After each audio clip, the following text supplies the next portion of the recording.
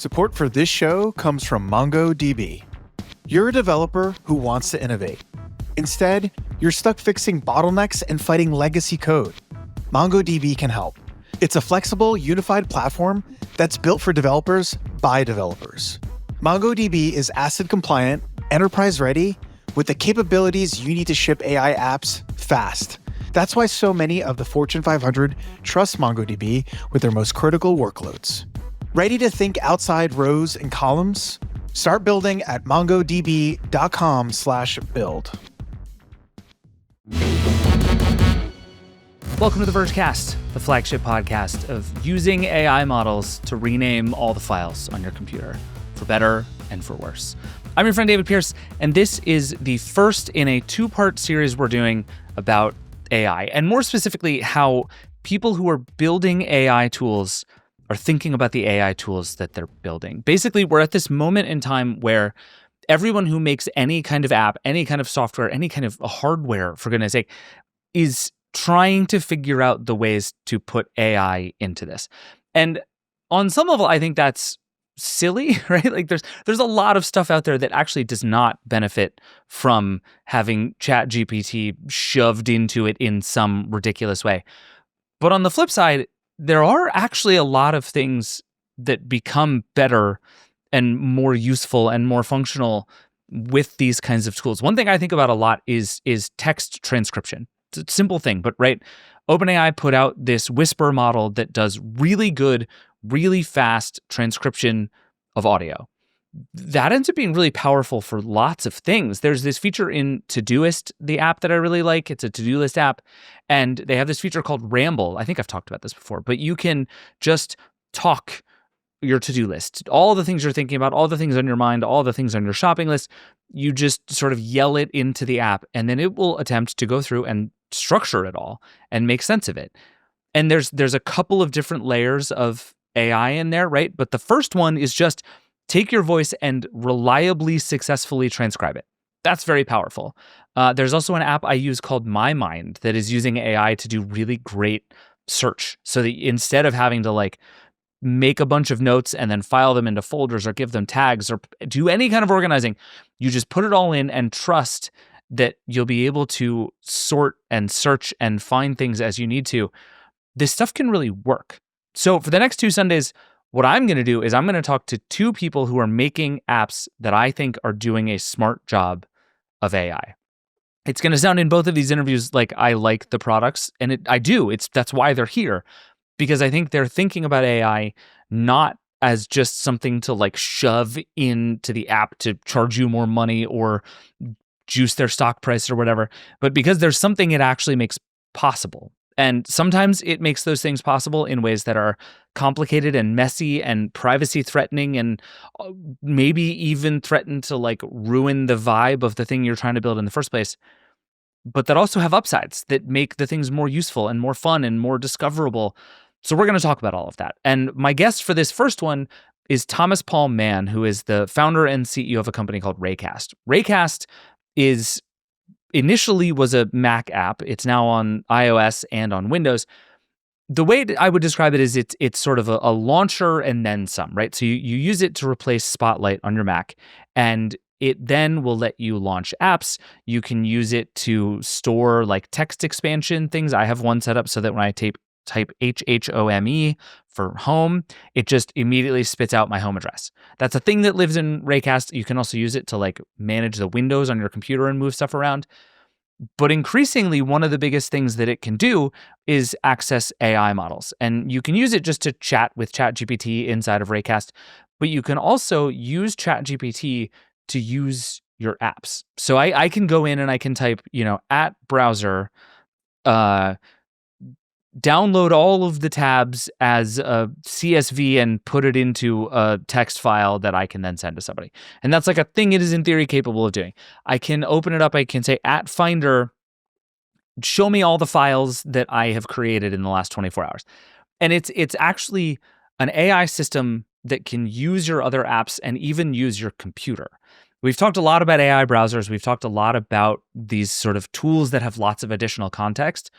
Raycast has more context than just about any other app. I've been using this app for a long time. I really like it a lot. I have not made that much use of all of the AI stuff inside of it. So I wanted to have Thomas on to both talk me through how he thinks about putting AI into this product and also what it can do for you when it really starts to work. I really enjoyed talking to him. I think you'll enjoy hearing it. We're going to take a quick break, and then we're going to get to my interview with Thomas. We'll be right back. Support for this show comes from MongoDB. Are you tired of database limitations and architectures that break when you scale? Maybe it's time to think outside rows and columns. If you're a developer who wants to innovate, then it's time to check out MongoDB. MongoDB is a flexible, unified platform that's built for developers by developers. It is ACID compliant, enterprise ready, and with the capabilities you need to ship AI apps fast. That's why so many of Fortune 500 trust MongoDB with their most critical workloads. Ready to think outside rows and columns? Start building at mongodb.com/build.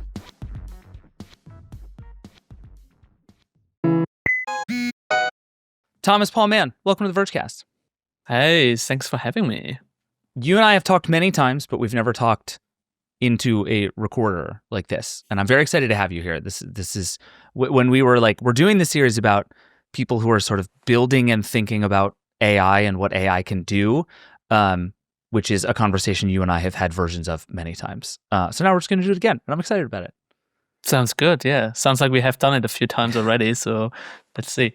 Indeed. So first, give me a sense of, I think you've been thinking about AI inside of Raycast for a while. And I would say just sort of rewind to like the early days of when you started thinking about how AI models fit into what Raycast was doing a couple of years ago. Like what were those first conversations you were having like? Yeah. Raycast is like sort of this global search bar on your Mac, right? And actually now also on Windows. But like basically what we realized when ChatGPT came around and suddenly everybody talked about a prompt and everybody was looking for like a text box to feed in a prompt, that we were really well positioned for that because Raycast itself is like a massive search box. And so you can open it anywhere. And so you can just type something in. And it just used to be just very static text, like, oh, you're searching an app or like a command or you want to do something. But then it felt quite natural to extend this and just put in natural language, like a prompt, and then get going. So pretty much right after ChatGPT came out, we were, hey, wait a second, that suits us really well. And so I think the first model was GPT-3 that we integrated, which was back like end of 2022. Okay. So the thinking even then was like we can solve some of the way people talk to their computers. Because I think, to me, it's like the very first good thing that any of these models did was make it slightly easier to like speak in English to your computer. Was that kind of your thinking too, that like we can just make this make a little more sense? Yeah, I think like the very first thing that people did was just like asking questions, right? And so it's kind of funny because all the way back when we started Raycast, we were like, oh, like we're programmers, we sometimes have questions, how do I do X, Y, Z? And then we used to go to something like Stack Overflow and find those questions, right, that somebody else asked. And then you like go over it and read the answer yourself. And you kind of had to be very good at basically keywords to find the proper question that leads you to the answer. But now this whole thing got like basically flipped upside down. And so the very first thing we saw, like, oh, people just ask questions. And so get the answers and then carry on with whatever they do. And this can be little things, can be fun things, but like it helped them to basically stay informed. And so one of the first big challenges to overcome was like, oh, but sometimes those models hallucinate, and how do we get over that? And I think then the next sort of wave was very easy, like, oh, well, let the models do what we would do and search the web and then take that information and distill it down into the style and the tone of voice we wanted to have. So that was sort of the very first things that we've seen picking up. And since then it became more and more advanced, right? And then it was like, okay, maybe not just search the web, but search your calendar, search your files, read your files, do actions like organizing your folders and files on your Mac, or like other things. So I think like as with every new technology, people kind of adapt to like what's possible, and then they take the next step and like pushing the boundaries a bit more and more. And given we have like quite advanced users, like they're oftentimes on the forefront. And so they pushing really hard to the extremes, and then we can kind of see what they wanted to do and then integrate that quite nicely and make it accessible to many more people. So do you have to make a decision early on about like how much of the stack of AI do we want to be part of? Like, I assume there was never a question of like, should we train a Raycast LLM? But it does seem like, you could build something that is essentially just a text box that replaces the ChatGPT text box, or you could build something on top of it. You could try to integrate with an API and be a sort of developer on. There just seemed like a lot of different ways you could try to do that thing that you just described at like vastly different levels of complexity. Was it obvious to you where to land early on? No. I mean, this thing came out overnight, right? Like suddenly this thing was there and it's like, oh, wow. Like what used to be sort of sci-fi and the movie thing was suddenly like somewhat possible. But like you kind of need to get started somewhere. So early on, we kind of were just playing with the APIs and integrated them. Initially just OpenAI, because this was literally the only API that was there, right? There was nothing else that was even available. And so that like took us several months until somebody else popped up. And then it became clear like that models are all a bit different. Not even talking about which ones are smarter or faster, but just to have nuances. And people prefer the one over the other for oftentimes personal reasons, like, oh, I like how this model talks to me. And so really quickly we said like, oh, it probably makes sense to integrate all the different models because people are going to have personal preferences and they're going to be better and worse models, or like better models for certain cases. Like sometimes you just don't need the full intelligence. You just like want to do something simple like, oh, summarize this blog post or rewrite this message. Those don't need to be the cutting edge models. You want to have them rather fast. And then sometimes you want to have like a model that goes on for several minutes and does a bunch of research and then coming back with like a big research paper for you. And for that, you probably need to have a better model. And so early on, we said like, okay, let's integrate with as many models as possible because we have a quite technical audience. So they will help us also guide which models they prefer. And what we now see after like a couple of years, whenever there is a new model dropping, everybody goes to the new model, tries out, and basically want to have the latest and greatest. And then they're using that for several months until the next model drops from a different company, most likely. Sure. And then they're going over to the next one. So the switching costs between those models are extremely low at the moment, at least for us, and for our users.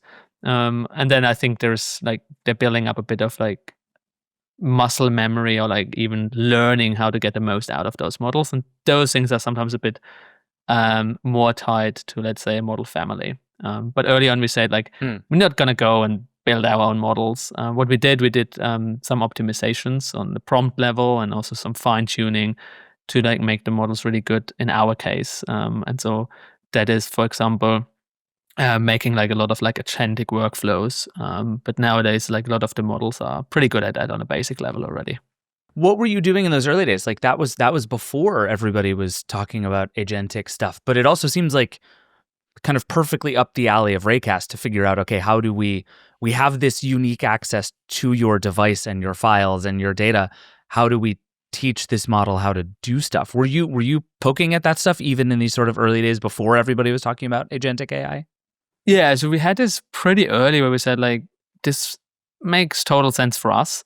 Like we have this extension platform, so there are like over 2,000 extensions. They're publicly available. You can integrate Raycast with Notion, Linear, Google Docs, GitHub, you name it.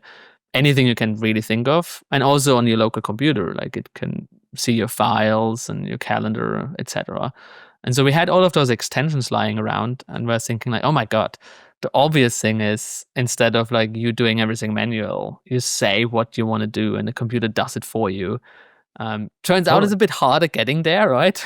But the promised land is like quite nice, right? So you flip it upside down essentially and kind of change how you do use computers in the first place. Because if I think about how I used to use a computer, it's like, okay, I have an idea what I want to do. So in my head, I'm kind of transpiling that into clicks and keystrokes and navigate around my computer. But now it's like, instead of doing that, I just write down or even like speak into my microphone for several seconds and then let the computer handle it for me. So we had this idea early on. Getting there was a bit harder because, one, we wanted to make sure that those things work really well. So that isn't that easy. Two, you also had to figure out a bit the UX, because it's still, with a prompt where you can say anything is great, but also we used to have great UI that guides us, right? We have buttons that we can click and help us basically navigating. And now if suddenly the computer pretends that everything is possible, it's a bit of a lie, because that's oftentimes not the truth. And so figuring out sort of the middle ground between when it makes sense to have UI and when it makes sense to just have an open prompt field, that was like a bit of a challenge. Well, it's also kind of an essential Raycast problem, right? Like, this is a thing you and I have talked about before, the how do you discover what this thing is able to do problem, because you open it up and it is just a text box. Like, you have the exact same problem that ChatGPT has, which is that you open it up and it makes clear that you can do things, but it's not super clear what things to do or how you teach it to do things. And again, this is where like all the agentic companies get really excited, because they're like, you just say it and we'll figure it out for you. I'm extremely suspicious of that as a concept, but it does seem like you're sort of stacking discovery problems on discovery problems here. Yep. Is there a way to start to push through those things? I think so. Yeah, we gotta learn how to use this new technology, right? And it changes in how our behaviors. If I look, for example, for a moment at coders, right? So they're probably a bit further ahead in this adoption curve. And it's like they're very close to the technology. So I think that's why it also progresses there really quickly. But programming used to be like, you write text and like, if you write something wrong, that's bad. And then at some point, somebody like a compiler tells it that's bad. And then you correct it, right? And then we happen to know, it's like, oh, we can do some auto completions. So we kind of know what's possible, so we can show you possibilities and then you pick them. And that's great. And then the first LLM use case was like piggybacking those completions and say like, oh, maybe I can tell you a bit longer what you could write and kind of suggest you that and like predict that for you. And then that worked really well. And then now is like, well, I don't even write code anymore. I just like write what I want to do and let the LLM do it for me, right? And so I think you see like sort of the pattern where I call this oftentimes prompt first. Like if you know what you do and you know the system, you get actually really good results. But you're right, like there is a discoverability phase where you need to know what a system can do, right? And I think we had this like not that long ago when we had all the voice assistants. I'm not meaning like the ones we have right now, but like back in the day, the Alexas and all those things where suddenly like voice interfaces were the hot thing. And then everybody was like, oh my God, this is amazing. I can order an Uber and God knows what. And then everybody got them. And well, we all know how that one turned out, right? Like it wasn't that useful after all. So I think like it's sort of like the tech is obviously like much better now, but people still like need to learn how to use the tech. And that just doesn't happen overnight. And so prompting is still like a skill thing. Like oftentimes we get user feedback, oh, this didn't work. And then you look at it, it's like, well, I'm not surprised that it didn't work because it didn't really tell it. So yeah, discoverability is something that I think is extremely important.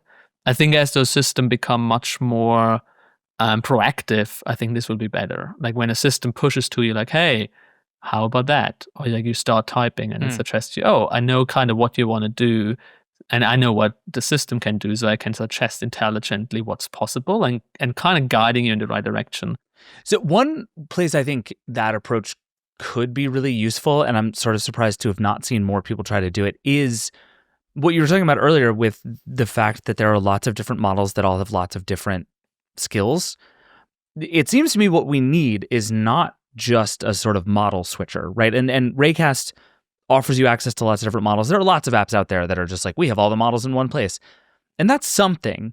But what I actually want is something that is like an intelligent router between the models. That's like, okay, this is actually the one that is going to do better image generation. And oh, what you prompted me is actually a huge research product. Let me funnel it to this. Like, I think the idea that we all have to understand which model is best for which thing is like ridiculous and just bad UI. And it seems like this is a thing that you're actually, in theory, in a pretty good position to orchestrate. Is this like a possible thing to do? Like, why doesn't this exist yet? Yeah. In fact, like we started doing that, right? I think like it's basically first you kind of need to understand what are the best models for what thing, right? And like some of them you can measure, but others is also like a personal choice. But we started doing this, and I noticed like, oh, there are some models that are just better at like for what you said, like image generation, or some are better at like agentic workflows where they use certain tools to get a job done, and some are better at like recognition of like images and all this kind of stuff. So we started basically now abstracting that away, and sort of we think about of like this disclosing the complexity over time. So we think the best experience is like you sort of have an automatic mode which just does what you want, right, automatically, and so you don't need to worry about it. Like if you ask a question where it needs like a deep research, it does it for you. If you want to generate an image, it picks the best model for that. But then also like sometimes when you get more advanced, you maybe want to have the flexibility, so you can go a level deeper, and we want to give you still the configurability where you say, hey, I kind of know what I'm doing, so I want to have that specific model doing that job. And so you kind of like go up and down in the configuration and can pick what you want. And I think you see this like in the industry where you saw this on ChatGPT. They like put out like an auto mode, and then everybody was freaking out that you can't select models anymore, and then they kind of like had to broaden it up. And I think like this is like something which you will see more often, because I mean, if I think about it, like we have this massively smart systems, and we still need to figure out which one we need to use. It as you mentioned, is a bit ridiculous, right? So over time, I think this will just go away, and it's just like does what you want and figures it out. We're just not there yet in a way. Do you think Raycast is in a uniquely good position to do that? Because it seems to me like, again, when I think about Raycast, I think about it as like it's just a box with access to all of my stuff, right? And I think on the one hand, it has access to all the files on my computer, which I think is a thing that is sort of unique to Raycast. On the other hand, you have, like you said, all of these extensions and all of these apps that I'm plugging into, and I'm like, typing my API keys for all of these apps into Raycast. So like you have this access, and then on the third hand, you have access to all of these models. And so what it seems to me is, at least in theory, there's nothing you don't have to just be able to orchestrate all of this stuff on my behalf. Like, is there some big blocker here that I'm missing, or is it just a matter of figuring out how to make all of this stuff work? Yeah, it's model adder, just basically for us. I guess you're right. Like we're basically in the perfect spot, right? Just like happen to be there at the right time, at the right place. So yes, we have access to all of that. On top, we also kind of see what you're doing, right? And throughout the day, which actions you perform through Raycast. And so we had like the usage patterns and those things as well. So connecting those things together is, I think, the magic sauce here. It's like what basically makes this really personal and unique and tied to you, right? Because we all somewhat unique in using our computers differently, and we use different apps, and we write differently, and we're interested in different things. So you kind of need to have this personalization layer. But we're also spending like hours a day in front of a computer and perform things, right? And so collecting those and analyzing those and making sure that we basically can predict the next things you want to do and becoming smarter over time and having this sort of reinforcement learning for you personally. I think that's what really makes a difference. And we call this sort of the contextual AI. We talk a lot about context generative with AI, right? Like I think when you talk to people, like prompting is providing context to a large language model so it can produce the best results. But sometimes it's really hard having the relevant context. But if you happen to like be always around while somebody works on a computer, you can collect a lot of that and basically become smart over time and can help the person steer in the right directions. And kind of ideally, the computer knows the same as you do, right? From like what you have read and what you have consumed and building that up over time. So it can basically like take the same resources and throw them back at you and form connected dots because it has read all the things and consumed that, and then also tie together and use the same apps and tools you use that are already connected to Raycast. How do you start on a project like this? Like, I think a thing that I see a lot of AI developers and people building stuff with these tools do wrong is they try to do the like 100% version of the thing all at once, right? And like, Yeah. I can say with great confidence, most agentic workflows don't work. They just don't. And there are a lot of perfectly valid reasons for that, but there's also a lot that this stuff can do. And I think, to me, it seems like the struggle right now is figuring out how do we sort of sequence this thing that eventually gets us to the place that we think and hope this technology is going, but that actually works today.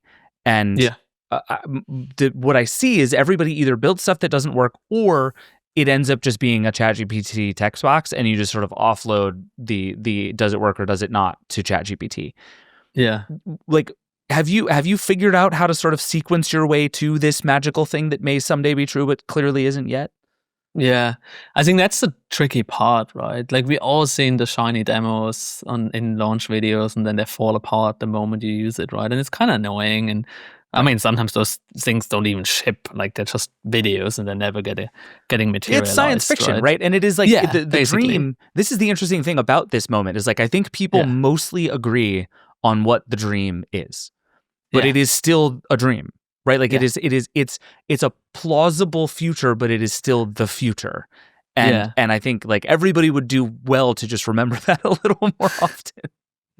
Yeah, I think I wonder like if it ends up being this like like self-driving cars, like, oh, it's just like one more year and then it's going to be self-driving, right? And then this goes on for 10 years, right? The progress that LLMs made shows a bit different. The trend, right? The trend is more like, oh wow, we're like having like a lot of progress in a very short time, and it doesn't seem to stop anywhere close. But I think like it boils down to like sort of the usual things, like do the simple things first, right? So try out, because it's such a new technology, you kind of need to get an understanding what's possible and what is not.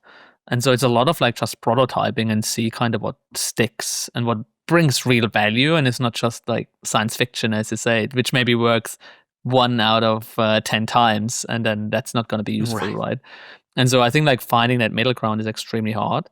And you see like some of those things they're happening, right? So where people see value, which maybe not the sci-fi things that we all dream up, but like say meeting recordings, like those happen now basically on a regular basis, right? So there's some true value in here that was not possible before. Or like just like, the research cases, like just consuming and finding information about topics that you would otherwise not have looked up. So there's some of those very concrete examples. And I think there's a lot more out there. Like coding is another one, right? It makes just so much progress in such a short period of time. But it's not this like super general stuff, which I think for us is in a way like a challenge, because Raycast is this like everything app, right? You open it and then you can type something in.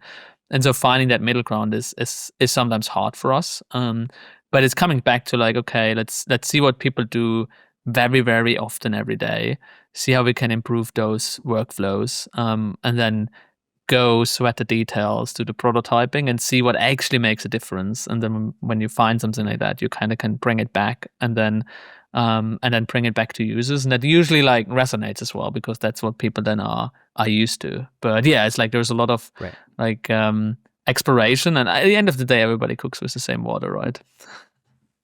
Yeah. Is there an example of that in the product now that you can think of that feels like that sort of medium measure that you either got right or are kind of in the middle of getting right? Yeah, it's weirdly the simple things sometimes. Like, oh, you open it and like I use it for meetings, for example, all the time. There's like a word pops up you don't know, you open, you ask, you get the answer, done.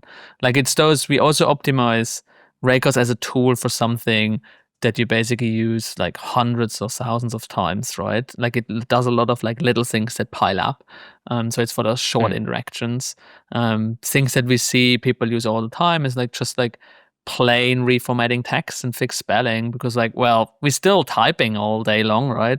So making those things easier and faster to do. And then people, when they get comfortable with it, they're getting a bit more adventurous, right? And then it's like, oh, I just happen to download a bunch of files. I need to move them in a separate folder and also rename them so they make more sense. And so they then type in those prompts and see like, oh, this works as well. And then I take the next step, right? Yeah. Okay. Renaming files is actually like a perfect example of the kind of thing I want to talk about Raycast specifically. Yes. Because we've been talking a lot on this show and elsewhere about the idea that Satya Nadella and Microsoft have right now that before long, you're going to barely use your computer and it will sort of use itself on your behalf. Just to put my own cards on the table, I think that is not correct, at least not in any sort of near future. But I do think that there is a lot of room for like doing computer tasks without having to do the tasks, right? And I think about like all of the things that, you know, we've spent 20 years downloading little tiny utilities to do that were these sort of like one-off apps that are like batch resize a bunch of photos. Simple example, or like rename these photos with all the same name in sequential order based on when I took them. Like these are the kinds of things that we do a lot on our computers that are not hard tasks and they're not particularly like mentally complex tasks, but it's like a constant part of computing life. It seems like you're in a position where I should just be able to say to Raycast, rename all of the photos on my desktop based on what they are and when I shot them and put them in an order that makes sense. Just clean up my desktop for me. Yeah. Are we almost there? Are we there? Are we nowhere near there? Where are we? We're 90% there, I would say.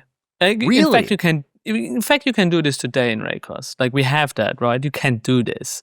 And then the 90%, I'd say like every now and then it doesn't work, right? Thomas, I'm going to try this right now while we sit here, and it's not going to work, and I'm going to be mad at you about it. I'm scared, but like it's possible, right? And you mentioned like this sort of like super agentic OSs, I think what you mentioned, right? So you like where the computer does everything for you.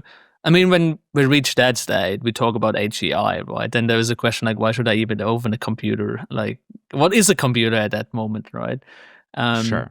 I think how we think about it is more, what's an intelligent OS? What's sort of the AI OS, right? So how our operating systems will change to like adapt to this new future where everything can be smart and it's not necessarily static. So you mentioned like you maybe want to have a little app to do something.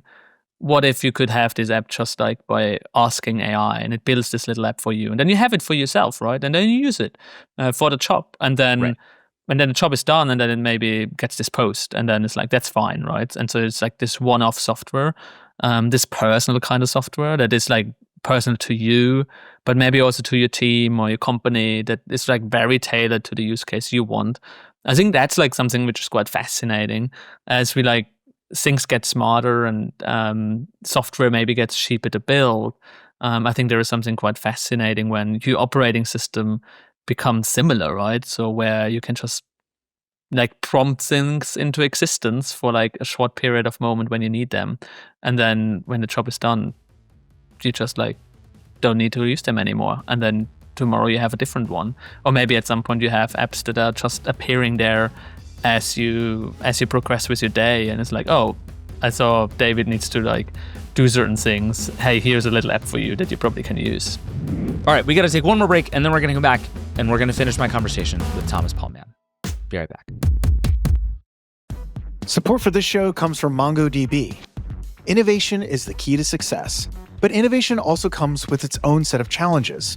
And if you're a developer who wants to find a new way in and think outside of the box and think beyond legacy code, it's time to check out MongoDB. MongoDB is a flexible, unified platform that's built for developers by developers. MongoDB is ACID compliant, enterprise ready, with the capabilities you need to ship AI apps fast. That's why so many of the Fortune 500 trust MongoDB with their most critical workloads. Ready to think outside rows and columns? Start building at mongodb.com/build. All right, we're back. We're talking AI with Thomas Paul Mann. let's get back into it. You bring up another thing that I've been wondering about, which is I think a thing that Raycast did really well early on was make it really easy to build Raycast extensions. Like it's just a little bit of fairly straightforward JavaScript, and you can have something up and running pretty fast. And so you've built sort of an app store on top of Raycast in a way that seems to be working really well. And there's a lot of stuff, and it's pretty easy to do. Does that all eventually go away if we get agentic AI that is good enough to just go do all this stuff on my behalf, and I no longer need this sort of interim step of somebody built an extension that helps go do it? Or is actually what we need lots and lots? Like, should I be using AI to build JavaScript extensions for Raycast, or should I be using Raycast to just completely obviate the JavaScript extensions? Yeah, I mean, fair point. So yeah, extension was really what put us sort of on the map, because we realized really quickly, okay, people just want to integrate and Raycast with everything basically, and there's no way we can build all of that. So we gave it out to community, and then we made it like super easy to build them, and that allowed us to like have over 2,000 extensions now in the store. So and every day there is like new contributions coming and so on and so forth. But if you take a step back, what we really wanted to do is like build a productivity platform. That's sort of like what we wanted to do. And extensions is almost like an implementation detail, or JavaScript itself, but even extensions are an implementation detail, right? So imagine like those wouldn't exist for a second, but services still exist, right? You still want to do something with like Google Docs or Spotify or you name it, right? Or your files for that. And so the idea was always like, how can you integrate with those things really easily so I can do the job for you? Like the solution that we did is like, oh, people can build the extensions, you can use them. But you could even equally think about it like, oh, like an AI can build something like that for you so you can use it. And then your extension might behave differently. So the notion of extensions becomes almost a bit blurry, right? It's just like, that's evolving software in a way. And even for yourself, you're probably like just downloading some extensions, but you haven't built them in the first place, or somebody else built them. So it's not too far off like for you prompting an AI to come back with a solution for you, but it's like tailored towards you, right? The key thing I think is like to make it all cohesive. Like if everything is like different and you can't find yourself around, it becomes quite annoying and not useful, right? That's like why people prefer like apps in the first place, and why apps on mobile phones won, because they're like optimized for the phone, right? They follow the same UI and UX patterns, and people know how to use them. And so then the mobile web is like also kind of like more and more catering towards that. And I think like that's going to be similar. Like to make it like really useful, we want to integrate with everything around us and make it extremely easy for you to consume that information.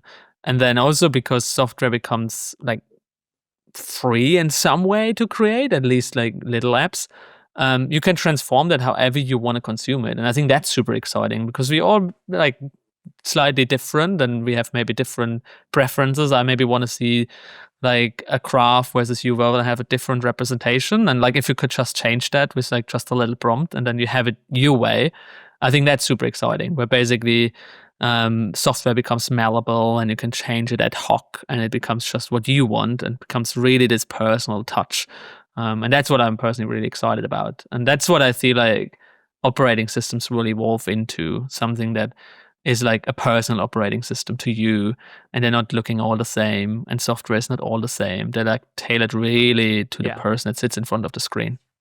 Yeah, it's funny. One of the things I talk about all the time with AI stuff that I think is actually really powerful is just like simple CSS stuff for styling apps and web pages. Just the idea that all of a sudden what I now have is the power to tell this app that I want it to be blue, and it can be, because that is because like that's a thing that like Claude Code can do, right? Is change the CSS to make it blue. That is a thing it is capable of doing.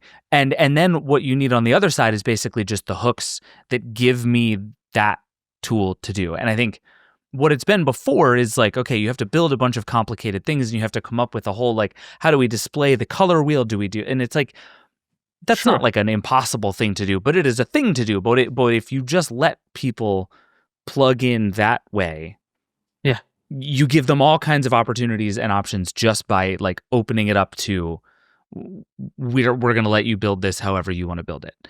Yeah, I think like we have all the building blocks, right? Right. But I think what I'm getting at with the extensions thing is like, as you're thinking about AI, and I guess just to go back to this, I want to rename a bunch of photos in a folder on my computer, which is a thing Raycast is very well set up to do. If I prompt Raycast kind of out of nowhere to just do that, you have a bunch of tools and you have a bunch of agentic systems that will go try and figure out how to do that for me. Or should I build the thing once, like vibe code my way into a Raycast extension that renames files on my computer, and then just use that over and over? Because now I've built a thing that is like reliable and robust and stable, and it will do the same thing every time. And the problem with a lot of these AI systems is they don't do the same thing the same way every time. And sometimes that's exciting and interesting and leads you down different roads. But other times I just want it to rename the photos. Like I don't need new ideas about renaming photos. I need you to rename the photos. And in the same way all the time. Exactly. So I think, and especially as you're thinking about this stuff, you're like, okay, well, do we want to use all of these AI models in a way to like build rigid structured things that you can then do on your computer over and over reliably? Or is the kind of open-endedness of the system a feature, not a bug? And I just can't quite figure out where I land on that spectrum. Yeah, it's a tricky one, but I think like for tools, having something unpredictable is like a no-go, right? Like you wouldn't use, right, let's say, I don't know, something complex like Photoshop, and half of the time the pixel turns red and half of the time it turns blue, right? Like you couldn't work, right? Right. And so I think that's a strong argument for software, right? So let's say if you can generate the software once, you don't need any AI anymore. It just works, and then it does the job perfectly all the time. I think it's like a feature, right? It's not a bug. Like it's great. So I think like leaning much more towards that, because that's kind of what the world runs on, right? It's software. It's like getting written once and then you use it. Right. And you can always adapt it, right? Tomorrow you say like, oh, rename the files like this way now, and then you can use this. And right. And I think that's like something which is quite nice when you get out an artifact that you can use. And that's like what we have at the moment as extensions, right? You get this artifact out, you can use those extensions and use them over and over again. Where we sometimes struggle with is like, yeah, sometimes those non-smart things, how you do them, they're like just because they're so reliable and fast and become the muscle memory, are somewhat better in a way. And so you kind of want to find a middle ground. And I think for tasks that are very concrete, you want to have what you mentioned, like just you have an app, an extension, whatever it is, but it does the job, it does it all the time the same way. Great. And there are some other tasks, and I feel like they're oftentimes more open-ended. They like don't have a single solution. They have like nuances to it. You don't even know exactly what you want. And those I feel like are the ones that are really good with AI, where where it just goes out and like does something for you, and you come back and say, oh, I haven't thought about that. That's cool. That's a nice solution. Right. So yeah, I think like there is like something nice about the concreteness of software. You write it once, and then it works the same way the whole time. Yeah, that makes sense. Does your quality bar have to be higher than some others because you have this kind of access to all of the apps and even like the system? Like if you wanted to break my computer or allow ChatGPT to break my computer, you could. Like it's you have an unusual level of access to my computer in that sense. Do you have to treat this kind of nascent technology differently because of it? There is certainly a lot of like scrutiny there. And then when users come to us, they oftentimes ask us like, oh, is AI running in the background? Can it do something? And so we had actually to put a lot of like, just like even UI and call outs into the product to say like, hey, this is secure. This is not running if you're not triggering it on. You're in control. So if there is a disruptive action, for example, like deleting a file, you will be prompted and you can say yes or no to that. And I think like that's definitely something that we need to maybe do more than others, which others can go a bit YOLO in a way. Because we have this like system that you mentioned, like we can access your system in a very deep fashion. And so kind of need to build up this trust. And that's also what people expect from us. Like they used it for years already, and it becomes well, it always works, right? It's this app that basically can never fail because it's like always there. And if you don't have it, Right. people like feel like they can't use their computer anymore. And so we put a lot of effort into like making like super stable. And so that's like in here the same way. Like if you use that, it needs to work basically all the time, which as we discussed is really challenging, right? And I think this is with machine learning and AI generally, it will never be 100%, right? This is just a technology. It doesn't get you there. Yep. So it's always like how far you can push it. That's why we have all these benchmarks where all the model providers try to climb them up and be on top of each other. But you will never be 100% correct. And for that, it's like even more important to have the guardrails, right? So if something goes wrong, you can either recover, or in an ideal world, it never goes off rails, and you basically give the user the control, which is oftentimes described as like having the human in the loop, even though that feels like, again, a bit of a sci-fi term, the human. I mean, yeah. Yeah. So do you have to be extra careful about that stuff kind of at every turn? Like, does it make building Raycast harder because you have built in this AI stuff that can do so much but is kind of unpredictable in that way? I wouldn't say necessarily harder, but it's something which we think about. From the get-go, we say like, hey, we want to build a private company. We like don't want to collect your data and this kind of stuff. So that is something that we build trust on. You just need to be smart to know what you build and maybe what you shouldn't build. And then when you build it also in an elegant way, and give the user basically the choice of like, do they want to use it? And then if they use it, give them control. You can also say like, hey, always delete my files. Don't ask me for confirmations. That's like user configuration, right? But by default, that's not turned on for reasons. And so we're basically giving flexibility. Exactly. Yeah. Yeah. Full like nihilism. Just whatever. Delete anything you want. Go nuts. See what happens. But then you also want to be smart, right? Like if it's like a rename that you could do undo, you don't want to like prompt the user for that. So this is, I think, the complexity you may be referring to. You maybe need to think a bit more differently about certain things to make sure that the users build up confidence over time. Okay. What's something you wouldn't build? Like you mentioned things you can and can't do because you have this kind of thing. Is there something that feels obviously over the line to you on that front? No, I should watch out now what I say, obviously. But I think like it goes to like the privacy aspect.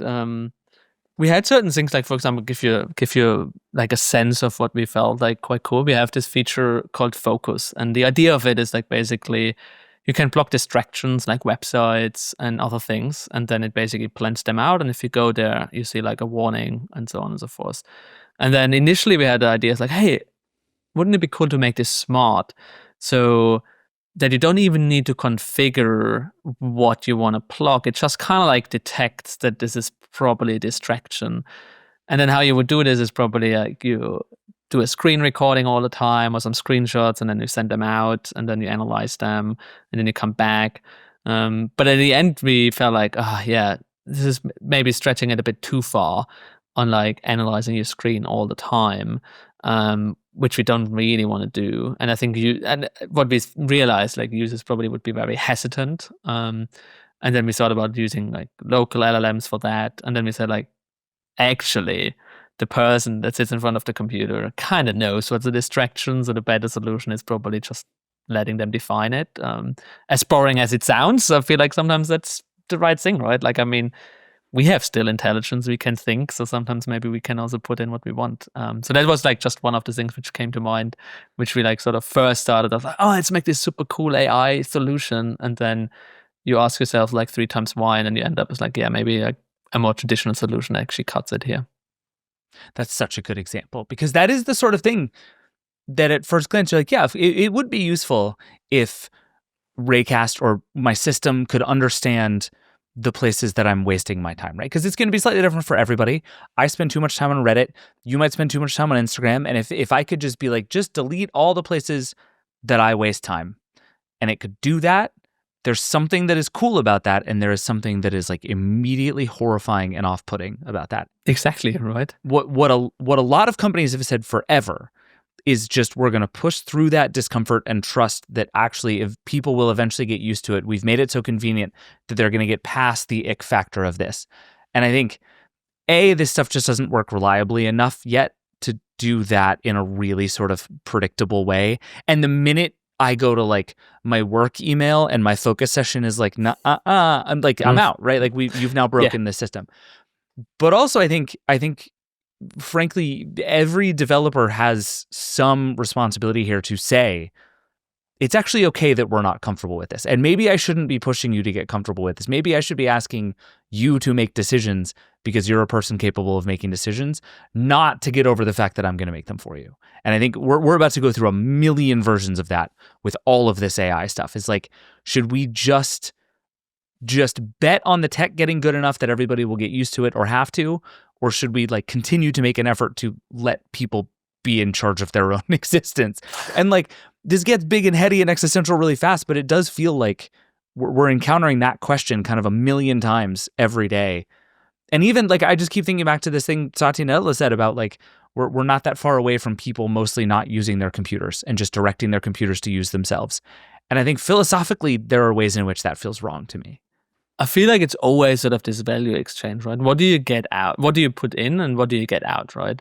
And so if it's like super valuable, people are willing to put certain things in, right? I mean, people upload hell stuff to chatbots nowadays and all this kind of stuff, but they're getting something out of it, right?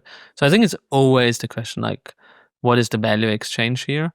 I think it's at this moment really hard predicting the future. If I would look back 2 years ago when we basically just started this whole AI wave, right? Like, would you think like the world is as it is right now, where everything is AI? I don't know. Like, it's really hard to predict. Like, would you think like coding has changed that much? Would you think like whatever, pick any topic really, right? It's really, really hard to predict. And I think it's the classic, we overestimate the short term and underestimate the long term in this case. I think it's really like that. I think no idea what's going to be happening in the next 6 to 12 months. I mean, everything changed so rapidly. One thing is clear, that those things are here to stay. Like, you hear sometimes like, even if no models progress any further, we by no means have reached the limit of what you can do with even the state of the art, right? And I think that's kind of like nice for everybody in the industry, because I mean, before AI, let's be honest, like there was a bit of a try phase in tech, right? Where everything was hyper optimized and nothing really radical changed, at least in the terms of software. And so now there's a lot of buzz, and like every week there is something new. And I think like even if everything stagnates, we haven't reached sort of the limits what we can do with all the technologies that we invented in the last 2 years alone. Yeah, I know it is strange that it feels like everyone is so busy. I mean, it's the self-driving cars thing is a perfect example, right? Like everybody is so busy trying to invent the absolute end state of this, where it's like, what if it reshaped society? It's like, no. What if my car parked itself? That's awesome. Let's do that. Like, let's figure out how my car can park itself, and then how my car can like run more efficiently. And there are like a million things along the way that are cool and exciting and powerful that don't require like rethinking the way an economy works. And like, let's not skip all the steps, because those are interesting things on the way to something potentially bigger. Yeah. Before I let you go, let's just spend a couple of minutes talking about how you use AI in Raycast and in general. Like, where does this stuff fit into sort of your day-to-day life and workflows right now? Yeah, I think the biggest change for me is like, for me, it's prompt first now. Basically, everything I do, I start with a prompt. Like, well, we launched something. Okay, got to write a blog post. Let me ramble for 5 minutes into my microphone, and then that's my starting point. And then iterate on that. Like, that's one of the things. I need to like answer emails, which I do a lot. Okay, I'm gonna do a lot with AI here. Writing code, same way. One of the things that changed for me quite radically is that you can sort of do things in parallel in the background. Like, I can just kick off a bunch of things. There is a feature request on Twitter. Okay, let me kick something off and address that right away. There is another one here. Let me do that as well. I have this idea. Let me like kick off some deep research and figure out what's a good solution for that. And it's like, I need to like prepare for the board meeting. Let me put a few things together. So I think my brain is like completely rewired, and it's like I'm prompt first by now, and I basically just put things on like start with a prompt and then see. Do you then wait? I have a procedural question about that. Oh yeah, please. If you start everything with a prompt, is the goal then to kind of filter everything out into somewhere, or do you find yourself like living more and more of your life kind of inside the chats of these LLMs? Oh yeah, there are sometimes things that are just like inside of our AI chat in Raycast where like there's never really sort of produces an output, right? It's maybe me like chatting for a while through something. Oh, like I have this, like pick any topic I have, like, oh, I want to think about how we can land a deal. These are sort of the points we have, like what are elegant ways to like maybe continue the conversation. So how could I like find a solution to like reach our customers better? And like sort of, it's almost, I think about it as like a thinking partner, like throwing things back and forth and like talk to somebody for like a bit and sharpen myself up in a quicker fashion. That's how I use it like a whole lot. And so that's how I see also like in our company it's just changing where more and more people just start with a prompt. A big change that we've seen in the company is all our designers, they code now. What used to be basically all static designs, they more and more become interactive prototypes directly in our product. So Sure. they can get something where you can feel it and see it and it works. And then oftentimes an engineer like brushes it up. But all our designers are basically also halfway developers now, which is an incredible change. And I think that like just is really nice for creative people as well, because there was always this barrier of like, oh, you draw a few pixels and then somebody else needs to rebuild them to make it interactive. And so now we cross that bar essentially. It's just like, it's a blend. Like if you're a creative person and you have the will, you can make things happen, which I'm super, super happy to see that it basically coding becomes more accessible to a way. LLMs are still failing in a lot of ways at that regard in programming, but I think that's like something that we've seen in our company happening really heavily, that designers become also developers. Okay. Yeah, I think to me, part of the reason I ask is because one of the things that was most sort of unlocking in my brain was the thing in Raycast where you can basically mention one of your apps. Oh yes. And then prompt it. And it's like that to me is like, okay, now we are getting to like the sequence of things that make sense together, right? Where I don't now need I don't now need a bunch of different very specific apps. I can just ask AI models to talk to the apps that they already have access to. It sometimes works, it sometimes doesn't. My whole clean up the desktop thing has not worked at all as we've been sitting here. Just nothing. It gave me a bunch of semi-helpful information about the files that I have. Gotta improve it. See, that's the way. But I can do more prompting. I'll figure some stuff out. But I think like there's something that unlocks when you start to see, okay, here are kind of the things that are available to me. And you've just seen more of those things than most people. Yeah. So I was curious to know, like, are you just constantly doing computer activities through prompts now? Like you're starting by everything starts with a prompt. Yeah, pretty much. Like basically for me, it's a lot of like, I'm in a browser, I have a few tabs open, I pull them in with my ad browser. Essentially, I get all the tabs in, then I start from there. Then I say like, oh, by the way, put this in a Notion page. So then it ends up in a Notion page and I can share it with my team. Then I iterate on the Notion page.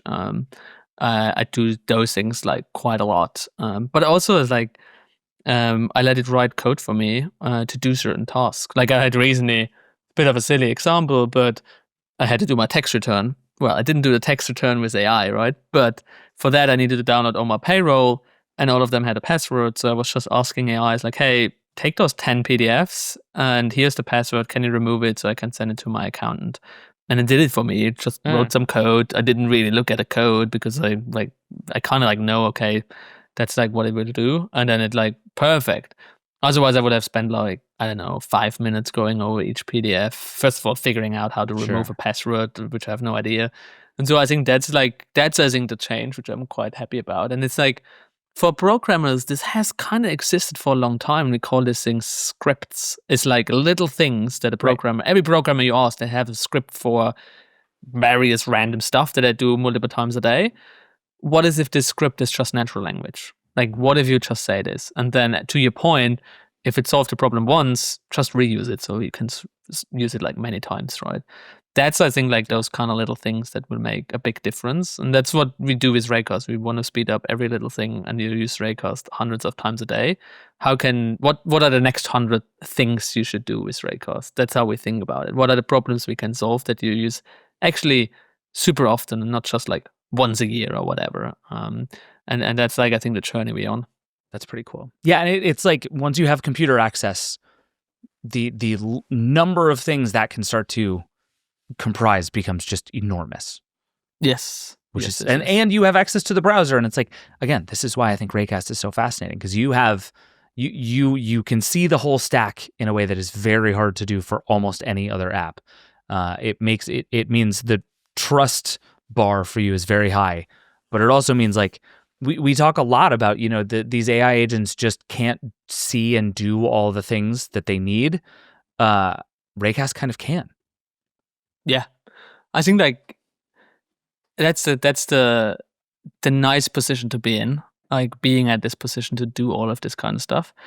But we still got to connect all the dots and build up the discoverability, as you mentioned, make sure that people get it, and also make sure people get real value out of it. Like, I've seen so many demos of cool stuff, but then you're never going to use this day to day, or only so little that it doesn't really play well.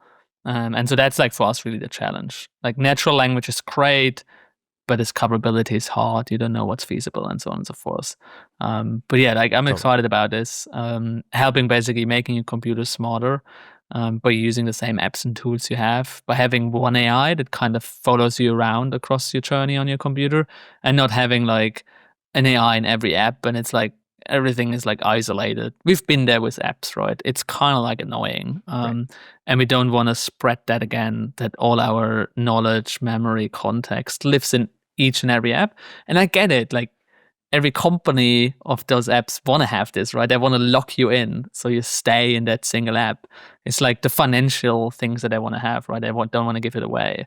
But if you purely think from a user's standpoint, AI should be on the operating system level. It just makes so much more sense to be there instead of like in every app, and every app needs to rebuild it. It just happened to be this gold rush that everybody sees. But truly from a user's point, I feel like the best thing is if you have a smart operating system that helps you to get your job done. Yeah, I agree. All right, Thomas, this has been very fun. Thank you so much for doing this with me. Well, thanks for having me, a long-time listener, and finally making our way here somewhere together. We did it. All right, that's it for the show. Thank you to Thomas again for being here, and thank you to all of you for watching and listening, as always. If you have questions, if you have Raycast extensions you want to tell me about, if you have thoughts, concerns, feelings about any of this, I want to hear all of them. You can call the hotline 866-VERGE11. You can email vergecast@theverge.com. I'm David at theverge.com. Hit us up. I think this question of how AI belongs in our software is big and fascinating and messy, and I want to know how you feel about it. So get at us, ask us all your questions. We have another one of these coming up next week about a very different kind of app that I'm very excited to talk about. We'll get to that, but for now, the Vergecast is a Verge production and part of the Vox Media Podcast Network. The show is produced by Eric Gomez, Brandon Kiefer, and Travis Larchuk. We'll be back on Tuesday and Friday with all of your usual good Vergecast stuff. We'll see you then. Rock and roll. Thanks to MongoDB for their support. Developers know what developers want. That's why they developed MongoDB, so you can move beyond the bottlenecks and legacy code that's holding you back. MongoDB is ACID compliant, enterprise ready, with the capabilities you need to ship AI apps fast. That's why so many of the Fortune 500 trust MongoDB with their most critical workloads. Ready to think outside of rows and columns? Start building at mongodb.com/build.